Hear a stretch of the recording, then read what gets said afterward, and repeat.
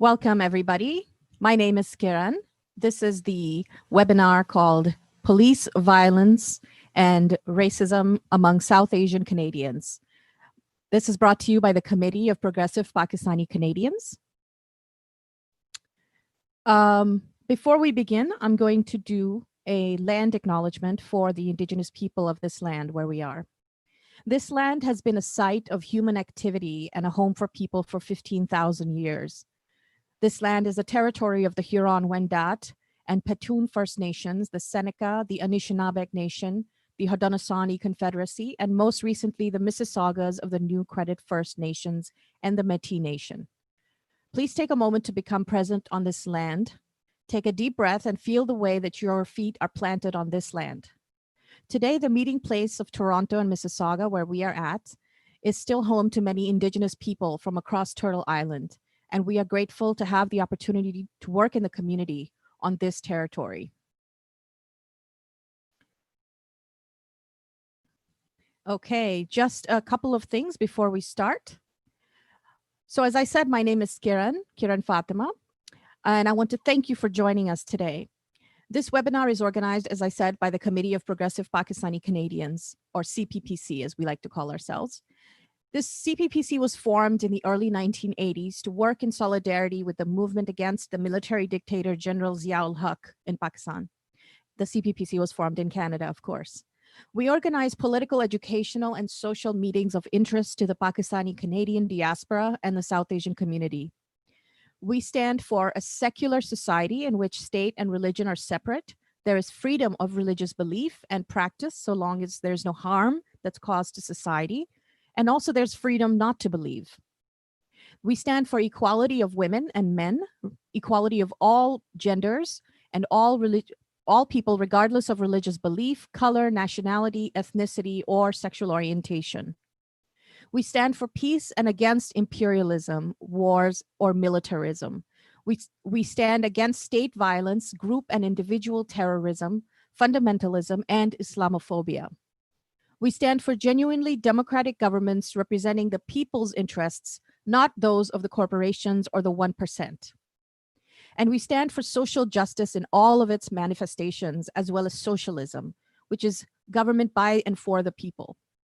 So before we begin, I just want to ask that you please look at the YouTube description box underneath where this video you're watching is. You'll see a link for two things. You'll see two links. One for a subscription. You can subscribe to our email list and you can be notified whenever we have more events like this, both online as well as in regular offline. And you can also like our Facebook page so that you can follow us there. There's lots of interesting things that get posted that are relevant to the community, and you might enjoy that. So first, I'm going to ask to, oops. One second. I'm going to ask that Walid Khogali please join us. Walid is the co-founder of the Coalition Against White Supremacy and Islamophobia, and he's also a social activist who's active all around Toronto and does speaking engagements around the world. He's going to be speaking on police violence against Indigenous, Black, and people of color communities. Walid, please unmute yourself and join us. Thank you so much, Kiran. First of all, want to thank everyone for tuning in to this very important conversation that's going to be focused on the impact of anti-Black racism, specifically white supremacy.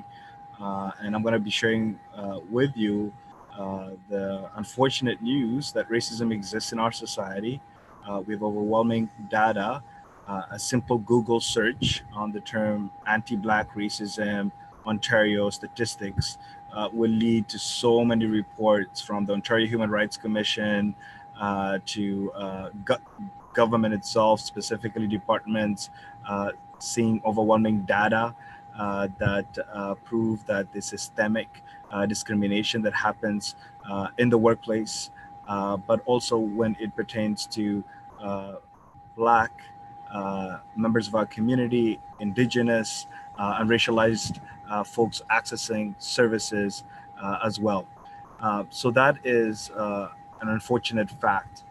The other point that I want everyone to think about is there is consensus that this is an ongoing crisis, and the pandemic actually has exposed how Black, Indigenous, and racialized folks are impacted. When we look at the health data, 83% of those that have been impacted by COVID, specifically infected, this are folks that are going to die from that exposure, are Black, Indigenous, and racialized folks. So anti-Black racism exists systemically, and it's evident in the data.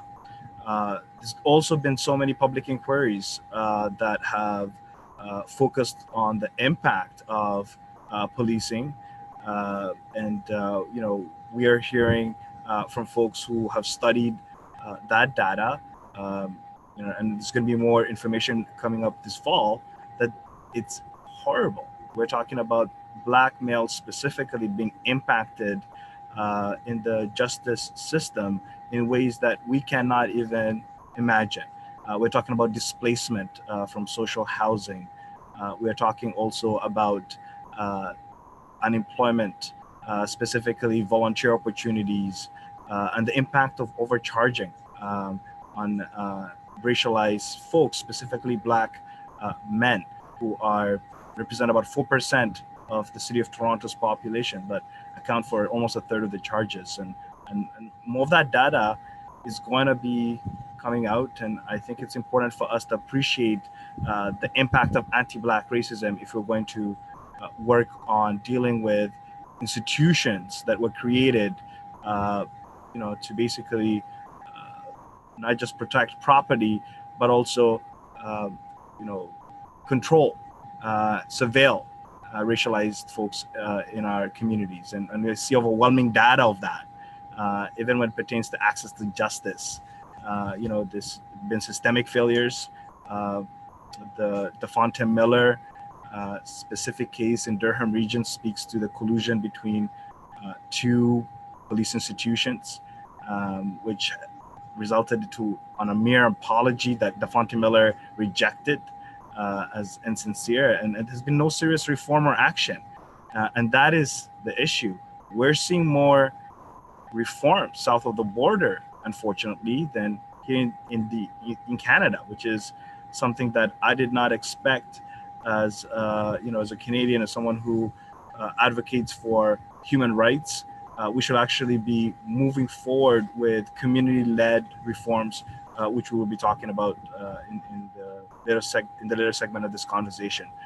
So I want everyone to be aware of the facts, and also be looking to ways in how you can spread this information, because folks who want to disregard racism and pretend it doesn't exist, well, the data speaks to an inconvenient truth for everyone to swallow and to act on, right? And our governments cannot wait, whether it's our federal government, provincial government, or our local government, they cannot wait any longer to act. And that's why there's been demands by the community for urgent reforms.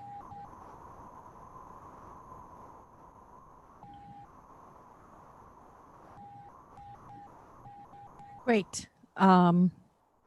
That's great. So do you have any other further thoughts on this, Walid, or that's it? Well, my other thoughts is, when you look at Black women, Indigenous members of our community, the numbers are staggering. It speaks to the systemic profiling that continues to exist in our communities, and also failures when it pertains to access to services. We're talking about policies that don't work for these communities. And you have that validated by folks who work in the public services sector. So, for example, I helped out women, specifically Black women, in a campaign to basically call for a moratorium in the suspension and expulsion of Black members of Ontario Public Service, OPS. And through that conversation with Michael Coutu, who was the minister back then of the Anti-Racism Directorate, what we realized it was systemic. You were seeing anecdotal evidence that demonstrated that Black women, many of them that work in the civil service, were disproportionately, not promoted. They will be working almost 15, 20 years in the same department.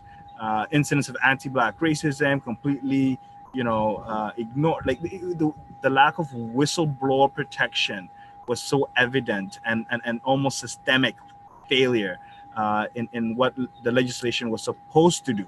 And that's because there was, a lack of follow-up, a lack of basic the duty to actually follow through with the complaints made by those that are working on OPS, specifically Black women. And that's another example of more evidence of how anti-Black racism continues to impact Black women, and when it comes to our indigenous brothers and sisters, the evidence is overwhelming when it comes to housing, when it comes to the justice system. You see also that data, but the overwhelming impact has been on Black males, unfortunately, and you'll see much more recent data to corroborate the sort of anecdotal evidence, but also demands by the community that carding has had an impact, and we'll see that it's systemic, which we'll talk about as well. Great. Thank you very much, Walid. So next we have Aziza Kanji. Aziza Kanji is a Juris Doctor, Faculty of Law from University of Toronto. She also has an MA in Islamic Law from the School of Oriental and Asian Studies. Aziza is a writer, as well as the Program Director for the Noor Cultural Center in Toronto. Aziza, please join us. Thank you so much, Kiran and the other organizers. Thank you to my fellow panelists, Walid and Alok, and thank you to all of you who are joining in this conversation today and will later be participating with your questions and thoughts. Assalamu alaikum, everyone. Greetings of peace. This panel was originally conceived of in remembrance and mourning of our uncle, Ijaz Chaudhry, who was murdered by police when he was alone, unarmed in his apartment and desperately seeking help while in a moment of mental crisis. We remember that the same policing institution that killed Ijaz Chaudhry is responsible for the grossly disproportionate killing and brutalization of our Indigenous and Black sisters and brothers, including recently Regis Korchinski-Paquette, Chantal Moore, Rodney Levi, and so many others. And we remember that this is an extension of the original function for which policing institutions on this continent were developed in the first place, which was to enforce the enslavement of Black people and the expulsion, what we would today in modern human rights discourse call the ethnic cleansing and genocide of Indigenous nations from their land. Today, we also remember our brother, Soleiman Fakiri. Just a few days ago, we learned that the Ontario Provincial Police would be laying no charges for those who killed Soleiman while he was incarcerated in a jail in Toronto. A report found more than 50 blunt force impact injuries on his body after he experienced a mass beating by jail guards after he had been placed in solitary confinement and, like Ijaz Chaudhry, was in a moment of mental crisis. And yet, no one will be held responsible for his death. We also remember that the incarceration system that killed Soleiman Fakiri is the same system that mass incarcerates our Indigenous and Black sisters and brothers and grossly disproportionately subjects them to tortures like solitary confinement. For example, Indigenous youth Adam Capet, who was held in solitary confinement for more than 4 years when we know that the UN Special Rapporteur has said that solitary confinement for a period of anything longer than 15 days constitutes a violation of the Convention Against Torture. And we also remember that this current mass incarceration system that we have is an extension of the historic function of incarceration, again, to enforce the enslavement and exploitation of Black labor and the control and removal of Indigenous peoples from their lands. Racism is often talked about in Canada, as well as in the US, but particularly in Canada, as something that is on the fringes of the extreme, as something that is senseless, irrational, illogical, aberrational. But we know that racism is not simply illogical, but built into the logic that constitutes the very foundations of the Canadian state that has been built through anti-Indigenous genocide and land theft, anti-Black enslavement and exploitation, and anti-Brown exclusion, exploitation, and war and surveillance. Focusing on the racism as a problem of the extreme fringe, the right wing, is like standing on a beach and looking at the waves coming onto the shore and wondering where they're coming from because you're ignoring the entire ocean of systemic racism that lies behind it. Racism in Canada is not senseless and not illogical, but it is built into the very sense and the logic of the Canadian state itself. Within these foundations, anti-Indigenous, anti-Black, and anti-Muslim racism and violence are intimately intertwined. We know, for example, that the origins of the doctrine of discovery under which the theft of Indigenous land was rationalized and justified by European colonizers has its origins in doctrines, papal doctrines from the Crusades, which were developed in order to justify the theft of Muslim land and enslavement of non-Christians. And currently, we see how national security powers and doctrines and laws developed and justified in the name of fighting the quote-unquote war on terror against Muslims have now also been applied to surveil and control Black people protesting anti-Black racism, as well as Indigenous land and water defenders who are treated as terrorists for defending and living on the lands that they have lived on for centuries. And so we see that anti-Black racism, anti-Indigenous settler colonization, and Islamophobia are intimately intertwined.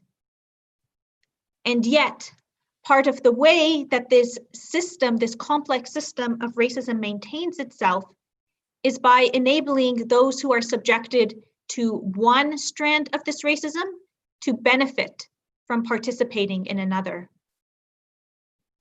As a South Asian Muslim, for example, I see not only how South Asians often perpetuate anti-Indigenous and anti-Black racism, not only with active perpetuation of stereotypes and hostility and exclusion, but also through forms of erasure.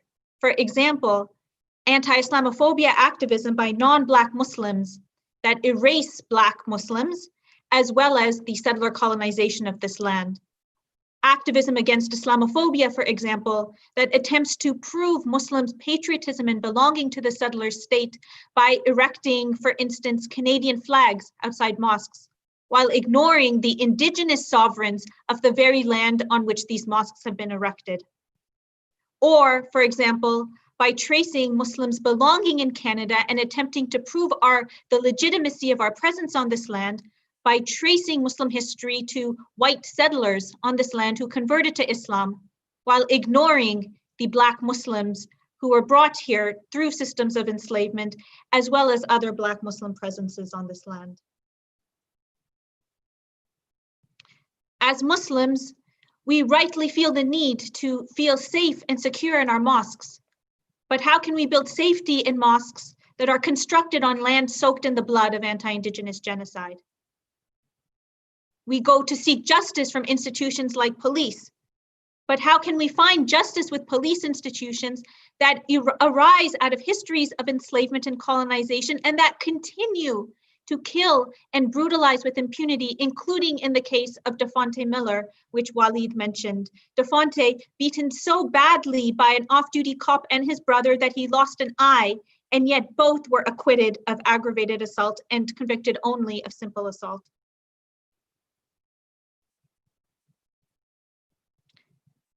As long as we continue to try and challenge Islamophobia without simultaneously challenging anti-Black racism and anti-Indigenous racism and the settler colonial structure of the state itself, we remain on a path of least resistance, the path which simply seeks to advance our position or carve out a better position for ourselves within the racial hierarchy as it exists, instead of dismantling it altogether. And this path of least resistance will only ever lead us back to where we started, because a state that is premised on white supremacist violence will continue to produce white supremacist violence as long as the legal, social, economic foundations of that state remain intact. However, histories of Black and Brown and Indigenous solidarity across borders shows us a different way.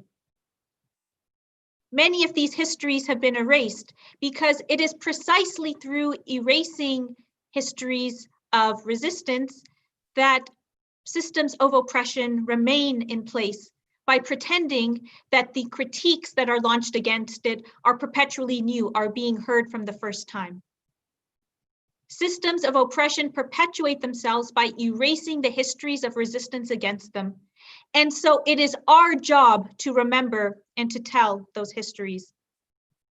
The histories, for example, of activists from the Indian subcontinent, as well as in the North American diaspora, of South Asian activists who understood intimately that the British Empire that they were facing in India was the cousin of the white supremacy that was terrorizing Black and Indigenous people in the United States and Canada, who understood that they were facing different heads of the same monster, and so conjoined their struggles through communications, for example, between the eminent Dalit scholar B.R. Ambedkar and the Lion of the Punjab, Lajpat Rai, and eminent Black philosophers like W.E.B. Du Bois.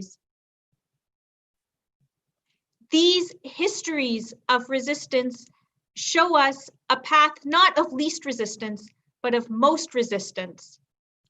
A path that truly challenges the foundations of white supremacy and seek to deconstruct them. These histories show us and give us a glimpse of what a path of most resistance looks like, and it is our task today to forge that path wherever and whenever we are. I'll end there. Thank you very much. Assalamu alaikum. Greetings of peace. Thank you so much, Aziza. That was very powerful. I just want to remind everybody to please make sure that you sign up for our email list. You can get to that from the description under the YouTube video that you're watching. And you can also follow us on Facebook by following the link that's there. So next we have Alok Mukherjee. Alok is, used to be the chair of the Police Services Board from 2005 to 2015. He is the co-author with Tim Harper of the book Excessive Force, Toronto's Fight to Reform Policing, which came out in 2018. And he's also the former distinguished visiting professor at Ryerson University from 2015 to 2019. And Alok will be speaking about the police, what it is, and what can be done about it. Please join us, Alok. Thank you. Thank you very much, Kiran. And it's a pleasure for me to join my fellow panelists, Aziza and Waleed, this afternoon to talk about a topic that is of such concern to so many in our community, namely police violence and systemic racism in policing, particularly as it affects Black and Indigenous communities, and the kind of transformation that we need to fight for. My job is to put the whole question of policing in a broader context, because policing is an interesting, complex institution, and it has a history. And there are some cultural issues associated with it, which we need to understand, or at least get a sense of, in order to know the best way for us to move forward in safe and well. Both my colleagues here mentioned some recent events where the actions of the police have led to the loss of innocent lives, not lives of people who were engaged in violent crime, taking other people's lives or engaging in robbery or brutality or anything. Innocent people, either in distress or going about their business with friends, assaulted, killed. That's not how the police officers necessarily see themselves. Their self-image is somewhat different. And it interested me just a few days ago to read a post on my Facebook by a retiring police officer. So I want to share that with you. He said, "Last day on the job as a police officer, I feel honored to have been a member of the Toronto Police Service and to have been provided the opportunity to serve the city and the country I love. Thank you, and please support the men and women who continue to go out each day to do their best to keep this city safe." That's the self-image that the majority of police officers have of what they do and who they are. And that's an image that is also shared by many in our community. And hopefully this conversation will result in some critical questioning of that image. I've heard many of my friends and fellow South Asians talk about the work that the police do in a very positive way. Also, among those in the broader community who live in relatively affluent parts of the city, where you rarely see a police car patrolling or a group of police officers walking down the roads and stopping people, they think the police do a very important job. And potentially, perhaps they do. However, there are a lot of people that Walid and Ajiza talked about who do not think that the police keep everybody safe and protect everybody equally. And I want to put that problem, that paradoxical perception of police, in a bit of a broader historical and systemic context, because there may be decent individuals in police, but as a system, Walid talked about systemic racism.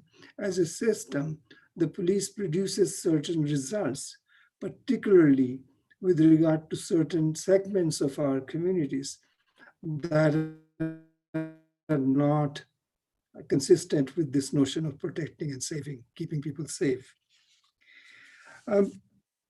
In Canada, policing is very much based on, closely connected to the value of law, order, and good government. That's the stated value. We are actually a heavily policed society. We are policed by many forms of policing at the state level, national level, provincial level, local level. We have the immigration police, we have the border security agents, we have housing police and transit police and campus police, not to talk about all the private security that patrols our streets and our shopping malls and so on. They all constitute policing.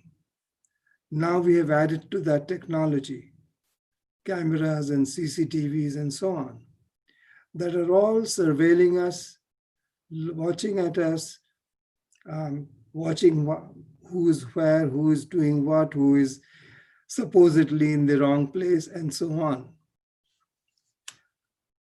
Our primary focus, however, is the role and conduct of what we call the public police, the police that is funded out of our property taxes, that is set up by our municipalities, and that is supposedly overseen by civilian agencies and institutions.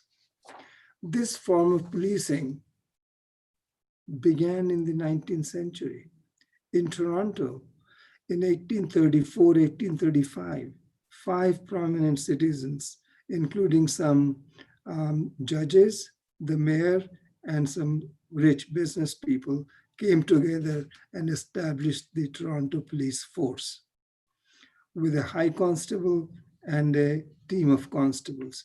And they were armed from the day that they started patrolling the cities of the then city of Toronto, the streets of the then city of Toronto. About 40 years later, at the national level, in 1873, the Northwest Mounted Police was formed. Well, what was the function of these two very first public forms of police? The Toronto Police Force's job was to protect the person and property of the wealthy of this city. Protect against whom? Against street people, poor people.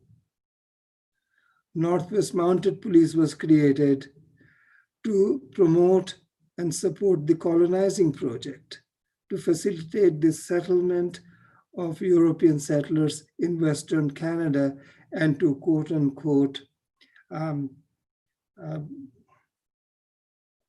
pacify the native.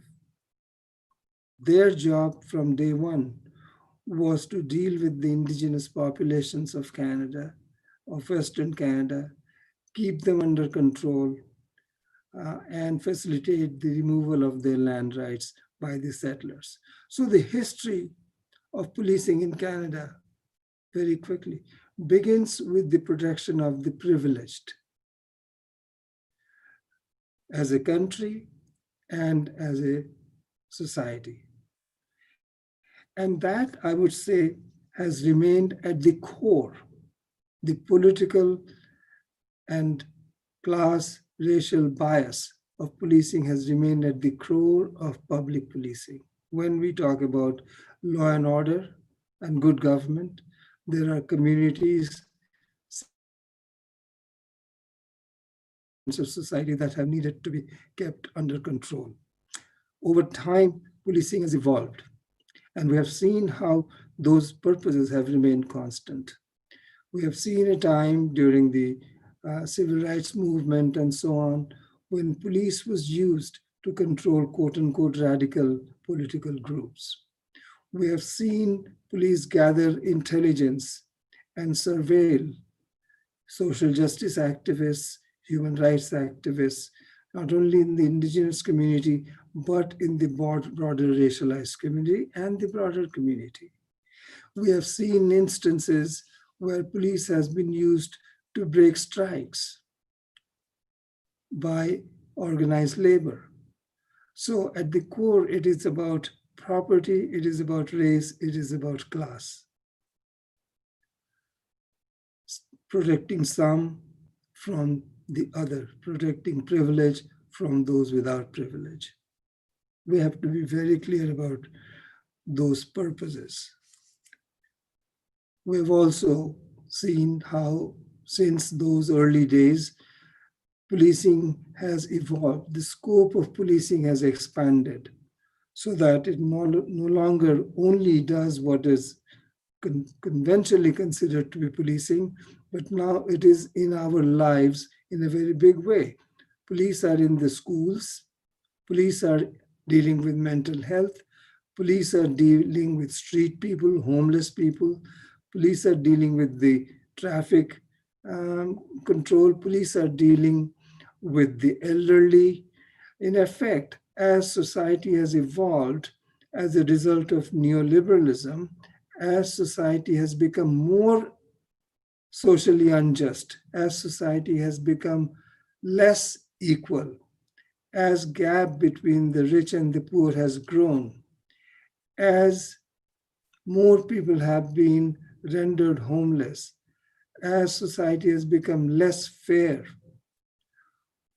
the state has also expanded the mandate of policing. So now we no longer call it a police force, as we used to do up until about 30, 35 years ago.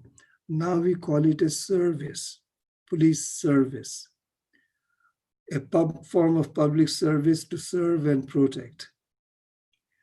But there are clearly issues with who the police protects and who the police serves and from whom. That systemic, foundational notion is also tied up with what I call the psychology or culture of policing. Because over time, as policing has evolved, a certain culture of policing has also developed. And that has a very direct impact on the kinds of experiences that my friends Walid and Ajiza talked about. There has been research done on this, so I'm not blowing smoke. Research has been done to define what is called the police officer's working personality. And that personality has grown out of or is connected to both formal cultural practices of police organizations. For example, the dark uniform that the police officers wear, the bulletproof vest that they wear all the time, the belt full of arsenal that they carry all the time. When they show up in that regalia, that uniform, that outfit, with a handcuff and a baton and a pepper spray and a gun around their waist, and say they are there to build community relations. Is that how the people of that community perceive them or experience them? But what is all this? So that's the formal part, that they are presented symbolically in a way that projects authority and force. There are then informal aspects of police culture that have grown through mythology, folklore, police memorials of dead police officers and honors and so on, that says to police officers that what they do is very dangerous. It's a dangerous occupation. But statistics shows that it's one of the safest occupations. It's much more dangerous to be working on construction than as a police officer. Police officers also developed a habit of suspicion when they walk about, when they drive about. You will notice how they're always looking around. They're looking for people that they should be suspicious of.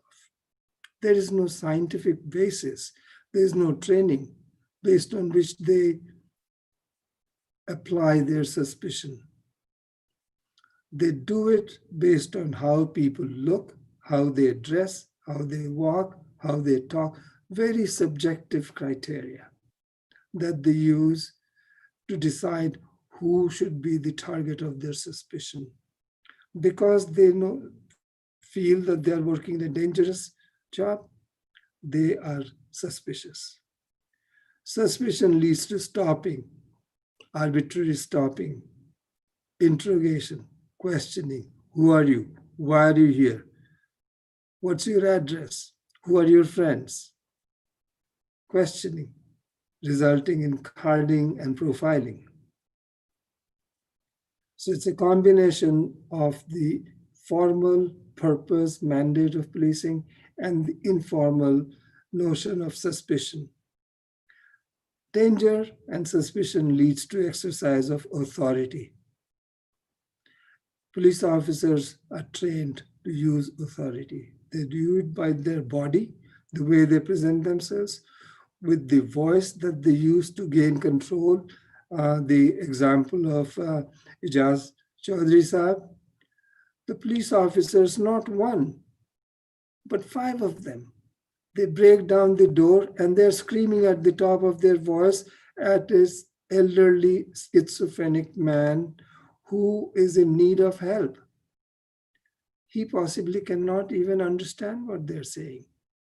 He happens to hold a small knife, which is the danger that they notice, and the result is the use of force, extreme force, to shoot and kill him. So suspicion, danger, exercise of authority and force, those are some of the key ingredients of a very conservative, informal culture of policing. These things are inculcated and developed not only through formal training, but through the stories and mythologies that circulate among this very close inward group of men and women. So I think we have to pay attention when we talk about transformation to the origin. We also have to pay attention to the not just the formal culture, but the informal culture of policing. Now, the formal culture, very much connected to training.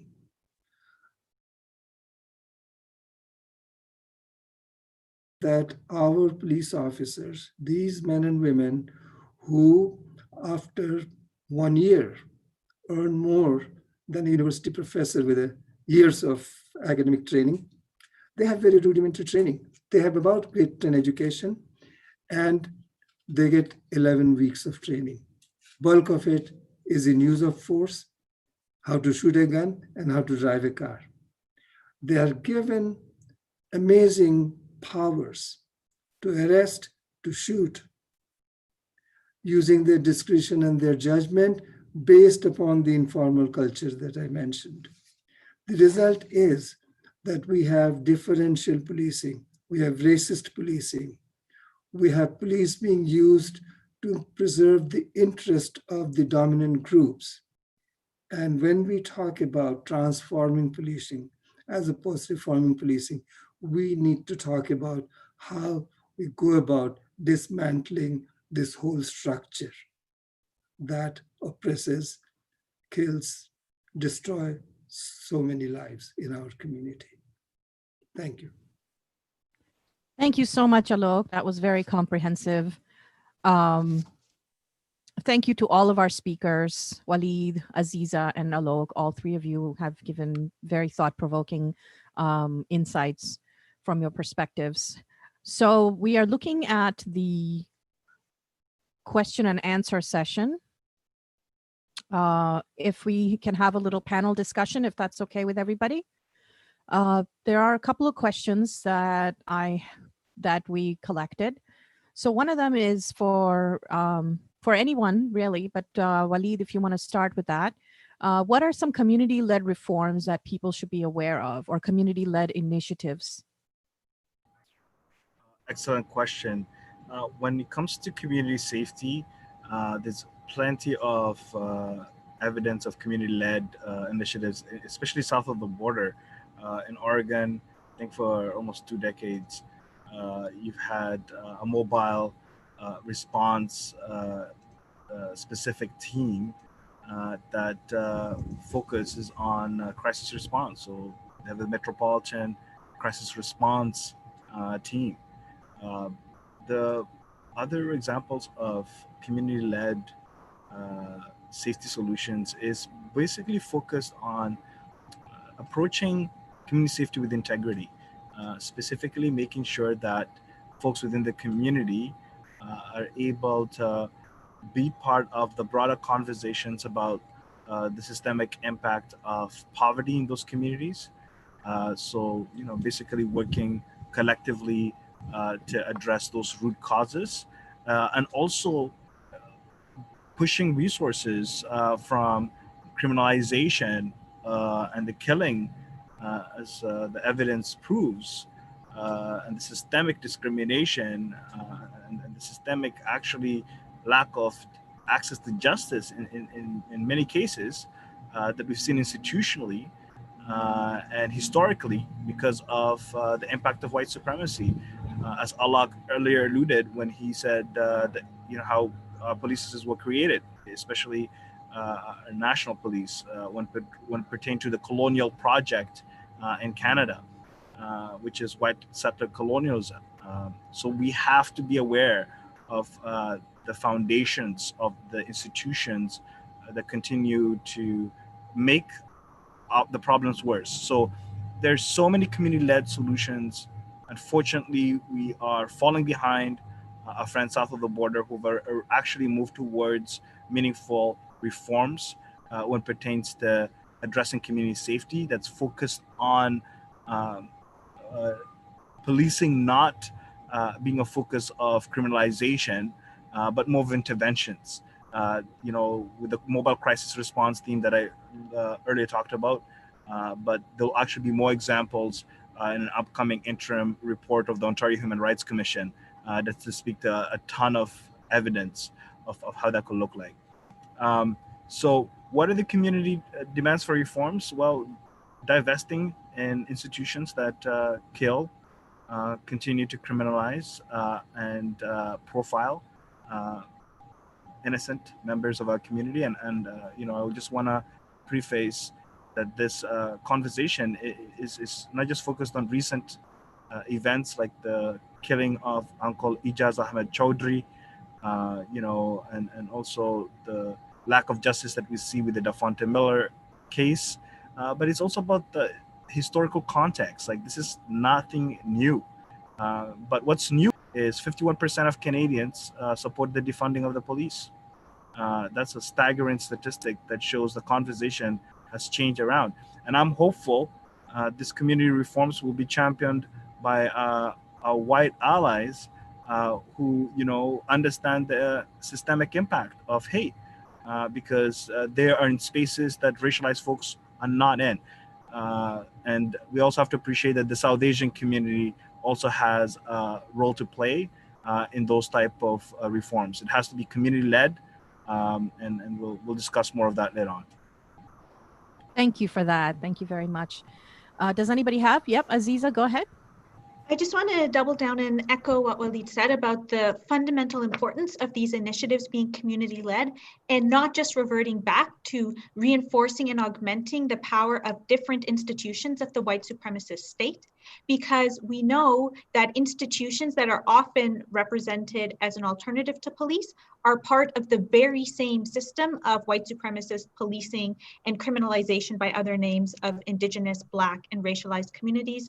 As Alok mentioned, the logic of policing extends far beyond those who bear the official name of police, but also goes to border agencies, other agencies of surveillance and control. We know that, for example, mental health and social work institutions are often represented as more benign alternatives to police, but when we look at the histories of these institutions, we see that they are also deeply implicated in colonial and racial projects. For example, the history of schizophrenia as a diagnosis, which is what both Ijaz Chaudhry and Soleiman Fakiri and so many others who have been criminalized and killed by the policing institution, the history of schizophrenia as a diagnosis emerges out of state efforts to discredit and delegitimize civil rights activism in the United States. For example, the CIA tried to diagnose Malcolm X as a schizophrenic and other Black leaders of civil rights movements as schizophrenic. And so schizophrenia really congealed and developed as a diagnosis, as something that's represented as violent and troubling, precisely at this moment when it was being used and applied to discredit Black justice activists. And we know how even the language of community has been co-opted by the state to call, for example, its supposed transformations of police, community policing, which are really just police by another name, same old police by another name, and in fact, a way of further extending the tentacles of surveillance into communities, as we see now with contemporary counter-radicalization programs, where community policing is just yet another way of further infiltrating communities and gathering more information on them. And so when we're thinking about contesting white supremacy and racism in policing, it's so important that we look at the way that white supremacy is manifest through all of these institutions and structures of the state, so that we don't just end up shifting power around to one institution rather than another, like a corporation just shifting funds between one shell company and another, because that's too often what ends up happening. Yeah, integrity, really. It's about integrity and making sure that we are living up to the words that we're saying and not just saying the words. What do you think? What do you all think? And please feel free to jump in about electoral politics. Do they play a role in making these kinds of changes that are needed? And what kind of role do they play? Excellent question. As a former candidate in the last municipal elections, I was actually shocked and surprised about how, I guess, historically for the first time, we had an election gerrymandered by a current premier, Doug Ford. I was actually reminiscing on that experience. It was the day after my campaign launch that we were informed by the Toronto Star that Bill 4 was going to be introduced next week, and Doug Ford was going to announce that on Friday. So folks have been engaged in the electoral process to bring about change, but my message to everyone watching is change can come in other ways. And I can point to so many examples. When we talked about policing in our schools, it was activists, it was parents, it was students, it was community members that met over long periods of time, discussing the impact of surveillance of Black students, racialized students, Indigenous students in our school system. And we knew the impact because people share stories in their communities. And what basically happened was there was an appeal at the Toronto Police Services Board for that conversation to happen in a meaningful way, in a way that respects the community's asks. There was, an unfortunate tactics witnessed. I remember students been bussed by supporters of the School Resource Officers Program to just show support for the program, while community members were, surveilled, their bags were checked, they were criminalized at the door. And a horrible experience. I was actually shocked that this was happening in the same meeting. What basically resulted was the Toronto Police Services Board rejected that proposal by the community, but our educators, specifically our trustees, acted after listening to the narratives that were shared in our community by so many of our students that were criminalized and basically had gone through a lot of traumatic experiences. These folks deputed. They had the courage to come out and speak formally to those who make decisions to let them know that this program had to end. And they respected that decision. So that's an example of change that was community-led. It doesn't have to be primarily through the electoral process, but you know what? That's also how our laws are changed. That's how our bureaucrats, when specifically pertains to policy, have to take their marching orders from. So it's crucial for racialized communities to organize both at the community level, but also through the political process to bring about systemic change. So I want to encourage everyone out not to, lose hope, but also find reassurance that this is possible because, there has been major progress made when it pertains to the coalitions, but also the involvement of racialized Black Indigenous folks in so many places where decisions are made. Now, we have to understand the system as a whole disempowers racialized folks, in that process as well. So, it's a numbers game, and unfortunately, racialized folks are a minority in our country and a minority in most of our societies, but not in cities like Toronto, where there's actually opportunities for much more racialized, diverse representation at the political level, as well as the great collaboration and coalition building that's happening at the community level. Thank you very much for that. That was a great answer. I can add, Go ahead, Alok. Kiran? Yeah, it's an important question because electoral politics is such a part of our public life here. And I did, after resisting for the longest time in the last federal election, I did run as a candidate. And I was, though disappointed that I didn't succeed, I was happy that the share of votes went up for the party that I ran for.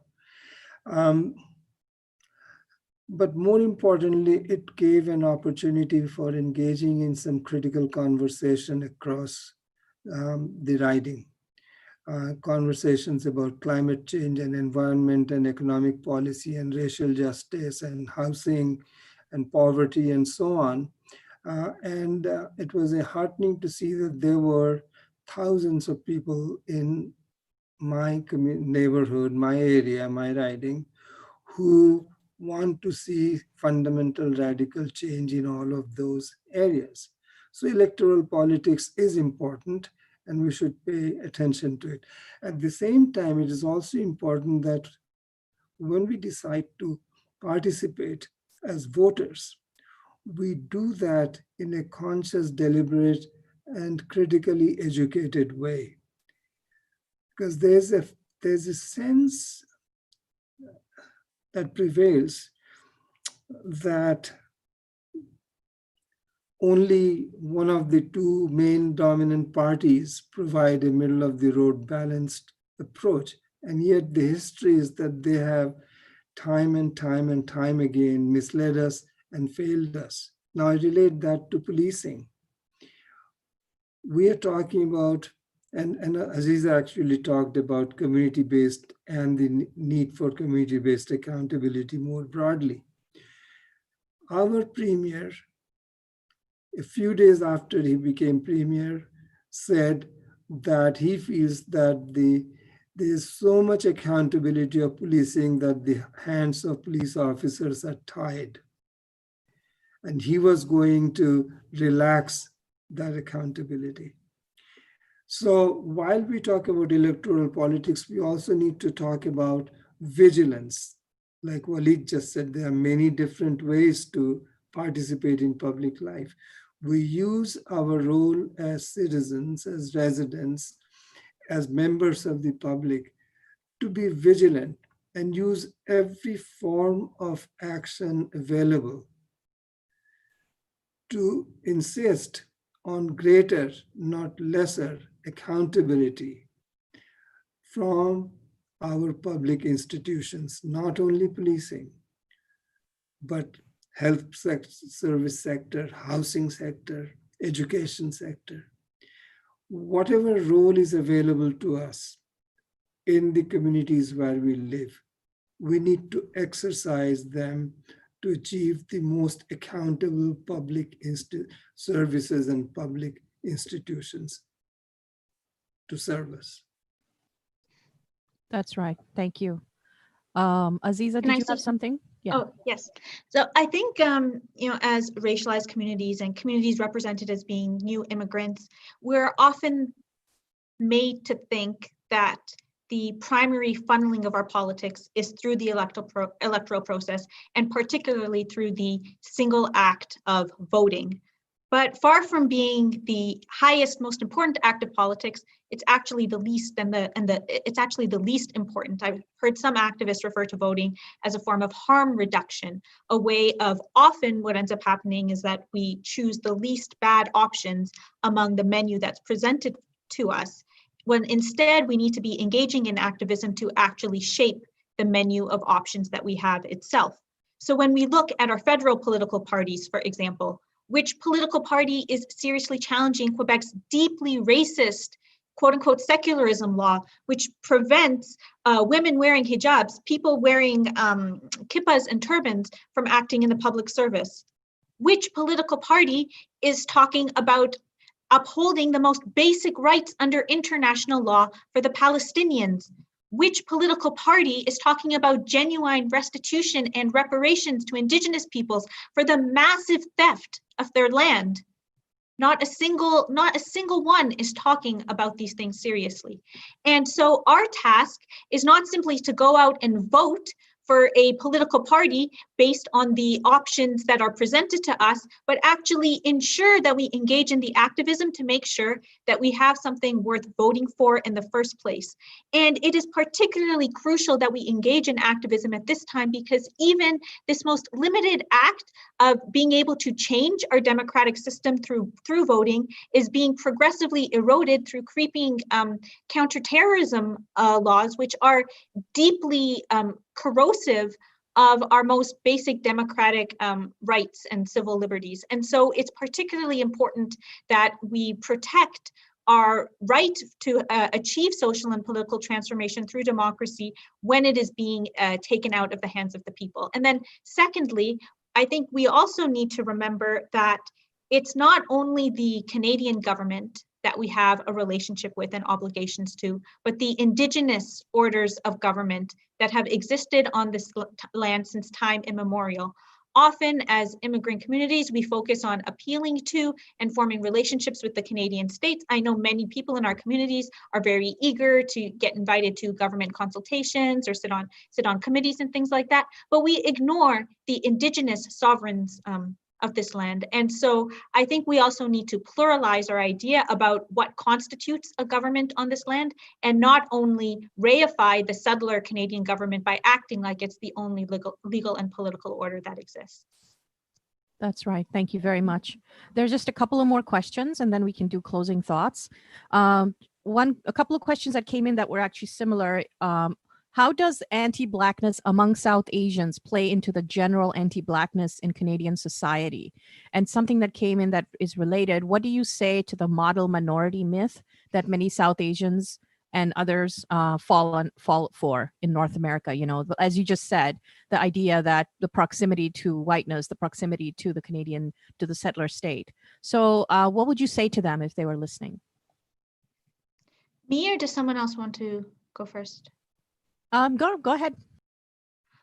Okay, so there's a long history of appealing to proximity to whiteness in a, I think, misguided attempt to secure some kind of belonging, even if it's on inferior terms, in the white supremacist settler colonial state.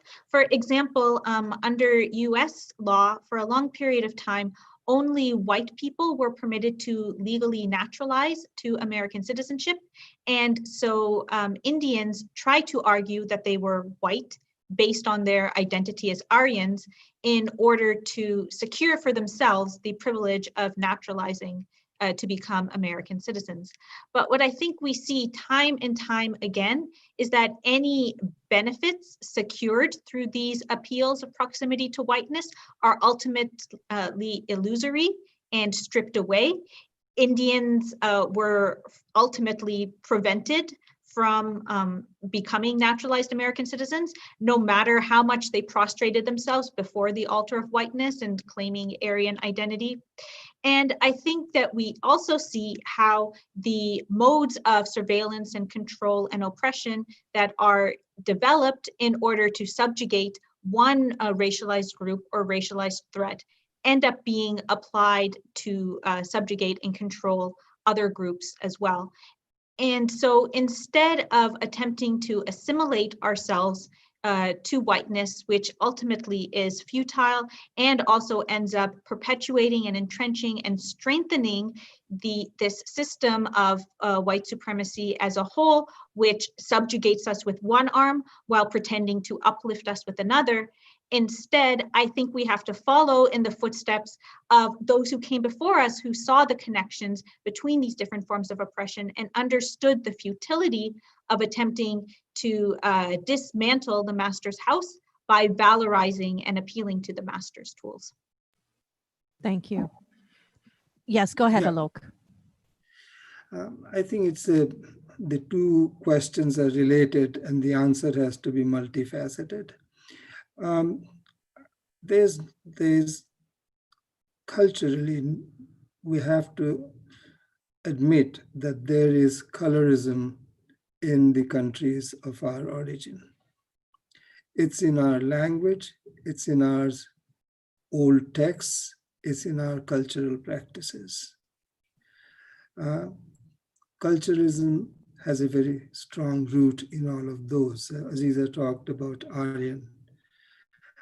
In our language, the opposite of Arya is Anarya in Sanskrit, and Anarya is equated with uncultured, barbaric, demonic, and the color used to portray all of that is dark. So colorism has a very old history, and it persists. Sadly, it persists in a very large segment of South Asians. So that is one that we need to acknowledge and talk openly about. It affects people's choice of their life partners. It affects naming of their children. It affects who they choose to be friends with, and so on and so forth. It affects not only the relationship with Black and Indigenous communities, it affects relationships within our own communities. So we need to talk about that. It's a complex historical issue, cultural issue. Second, I think this model minority notion has been inculcated quite deliberately as part of the divide and prevail approach, that some segments of population become beneficiaries of official largesse, whether that is office or electoral favors or business, whatever. This mythology of the model minority is created and reinforced, and sadly, people succumb to it. But the third thing is, and Aziza hinted at it, we have not always been as disconnected from progressive social justice, anti-racist struggles as it may appear to be now. I mean, there is a history of struggle on the part of South Asians in Canada, in the US, in the UK, that goes back to the 40s and the 50s. I came here in 70s, and my very first anti-racism rally was at Queen's Park in the early 70s, where South Asians, Blacks, Indigenous, Asian, everybody rallied and protested together. I look at the history of struggles in our own city, Toronto, of the 70s and 80s and 90s. People came together and understood that racism, white supremacy, these were powerful forces, and we have to fight together against them. And we were doing that. And we need to recover that history. We need to reconnect with that history as South Asians and get back into the movement that is now engulfing North America. We've been there. We need to be there in a big way. We need to confront our colorism and acknowledge it and deal with it. And we need to connect ourselves back in the way that we had been. Thank you very much for that, Alok. And Aziza, go ahead. I just thought maybe it would be helpful to share some references of some recent historical work that's been done on these histories of solidarity. So 3 or 4 excellent books are Priyamvada Gopal's Insurgent Empire, Seema Sohi's Echoes of Mutiny, Nico Slate's Colored Cosmopolitanisms, and Everybody Was Kung Fu Fighting by Vijay Prasad. And these show also that obviously these relationships, they weren't idyllic or utopian or without their complications. There are serious tensions to be worked through, but they do at the same time reveal an understanding of the interconnections between different forms of oppression and people trying to work through them. But unfortunately, many of these histories have been erased in the way that South Asian histories are talked about. Thank you. Yeah, it's very important for us to remember the history and ongoing resistance, especially as they relate to each other. The final question I think we might have for the evening, and then we can do closing thoughts, is what are some how can communities in Toronto, for example, or in a city like Toronto, or in Canada as a whole, as in general, how can communities help implement these initiatives, and what role do individuals have? I know that's a broad question, but anything you can impart in terms of how we can, as individuals, start doing the work that's needed to replace these oppressive police forces and move towards a community-led, real community-based safety, self-defense program. Thank you so much for that question. I think it's through community organizing. It's by your involvement, by starting a coalition. Yesterday, actually, I was supporting the Regent Park Black Lives Matter coalition that hosted an intergenerational storytelling conversation, and most of the donations came from the community. A couple of dedicated folks, including myself, helped organize that event to make sure that the voices of the marginalized are appreciated. And it was also an opportunity to invite decision makers to hear those stories and have context to what those community demands are. Residents are organizing to establish community benefit agreements with hard targets. I think it's through affirmative action. It's through policies that directly impact the experiences of Black, Indigenous, and racialized folks that we can have systemic change.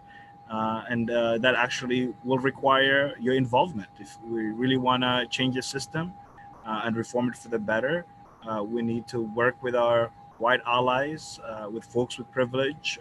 And if you're educated, if you've got time, and if you've got the means, you have the not just the opportunity, but the privilege to be able to contribute in a meaningful way. So, I will ask everyone that's listening to this conversation to get involved, set up your own coalition in your neighborhood, get to meet your neighbors, get to have those important conversations about how we can build a society where everyone has the capacity to achieve their full potential, and specifically not based on the color of their skin or shadism or all this physical manifestations of who we are as human beings, but on the content of our character, which is, what we're all about. We're all about building community and supporting each other and making sure that we live in a sustainable way on this earth, not forgetting that apart from human beings, our environment also needs our attention and our care and our love. So I think it's important for folks to get involved also in their own community organizations. How are you, as a member of the South Asian community, working to change what is currently happening, the systemic anti-Black impact of white supremacy within your own circle of influence, whether it's at work, whether it's in academia, whether it's in your profession, whatever it is, whether it's in how you raise your kids or how you tell our stories, and who tells our stories too, right? You even being mindful of that privilege.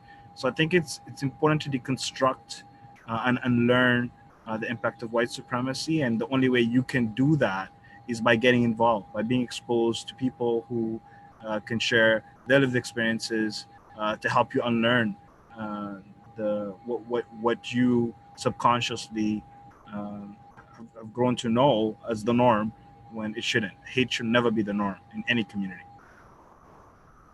Well said. Very well said. Thank you. So unless somebody else has any other comments to that, go ahead, Alok. Yes, Kiran. thank you. Yeah, I think it's an important question. What can we do collectively and individually? I think as individuals, we need to make the effort to follow and educate ourselves about the issues. We can do that. And a very important thing that we need to get clear about is this whole concept of white supremacy and privilege. It's not the same as saying every white person, every white friend you have is a racist or a beneficiary of privilege. But it is to talk about a structure of societies, to talk about a history. It's about to talk about a way of organizing that has produced unequal benefits and unequal consequences for some versus others. It is a system that is located in history. And so the need to separate, am I calling every white person a racist versus am I talking about a complex system of privilege that needs to be challenged and dismantled? I think at the individual level, we also have to not stay silent. There's a Hindi phrase, it was the title of a movie, Halla Bol. In English, make noise. There are many different ways that all of us individually can raise our voice, whether it is by commenting on issues on our social media, whether it is by signing a petition, whether it is by challenging our local elected representative, many different ways. We can do that as teenagers, we can do that as older people. Everybody can take some action.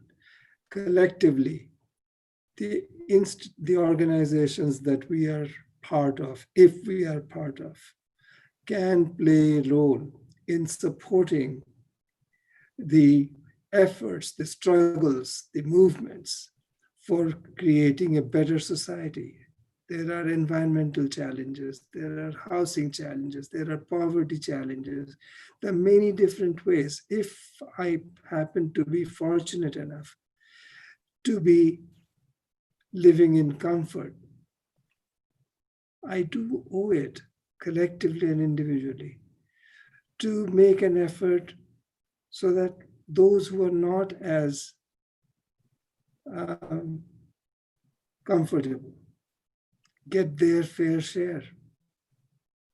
And I have to fight for it because we're talking about dismantling systems of oppression and exploitation.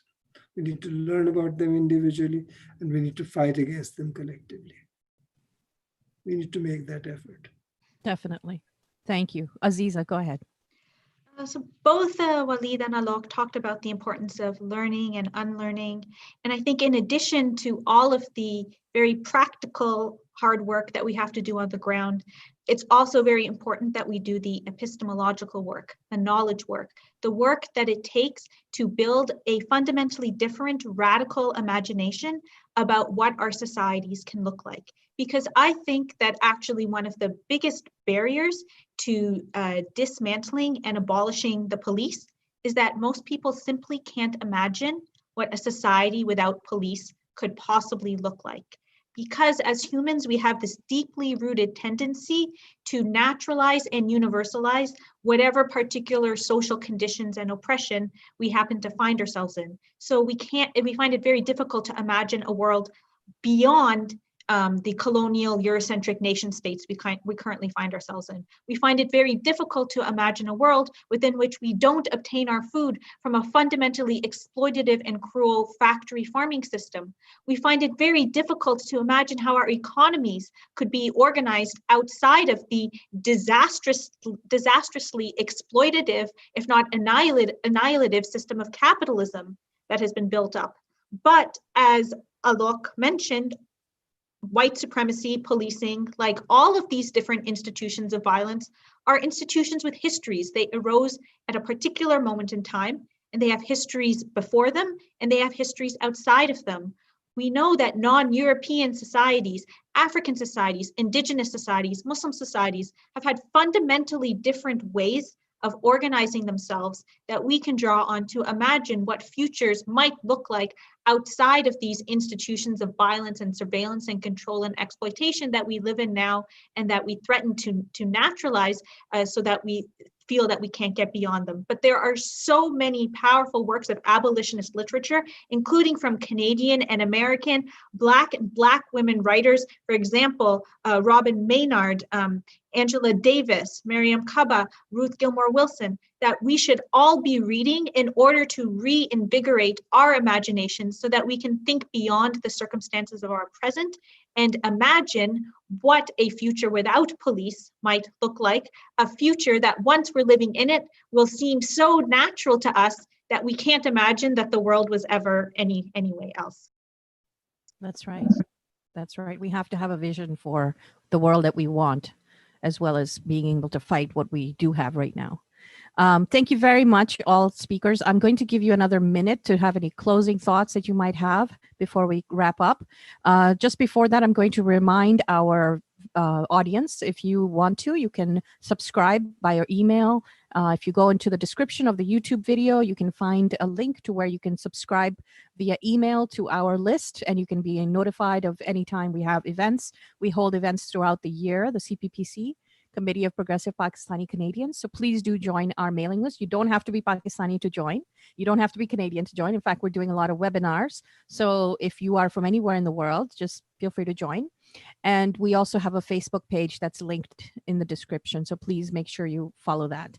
So I'm going to ask the speakers if you have a minute or two of closing remarks, just something that you want us to take away after today's meeting. Thank you. Go ahead. You want to start, Waleed? You're muted. Yeah. There you go. Thank you so much. Well, I just want to, first of all, thank everyone else for tuning in and thank my fellow panelists for wisdom, the referrals to knowledge, and basically an opportunity for us to tell our stories about the impact of white supremacy, specifically what pertains to anti-Black racism, anti-Indigenous racism, and the impact it's having on racialized folks in our community. And what I think is important for people to take away from this conversation is that we are living in amazing times. We are living in transformational times. As an organizer who has been part of so many protests and actions, whether it's from the student movement, to the labor movement, to the environmental movement, what I can tell you is that this moment is special. There has been so many sustainable actions that have led to the important conversations that we all need to take to make that transition to a future where we don't have institutions such as policing, where community safety is delivered locally, and most importantly, we have laws that work for all of us, not unjust laws that we have to keep on challenging because it's propagated on racism, on white supremacy, on violence directed towards Black, Indigenous folks. So I want to welcome everyone on this journey, whether you're getting started or whether they've been doing this work for the past couple of years. You're not alone, but collectively, as folks who believe in a progressive society that's focused on equality, I believe that we will see it in our days. I genuinely believe it. And it's important to not just have vision, but also a sense of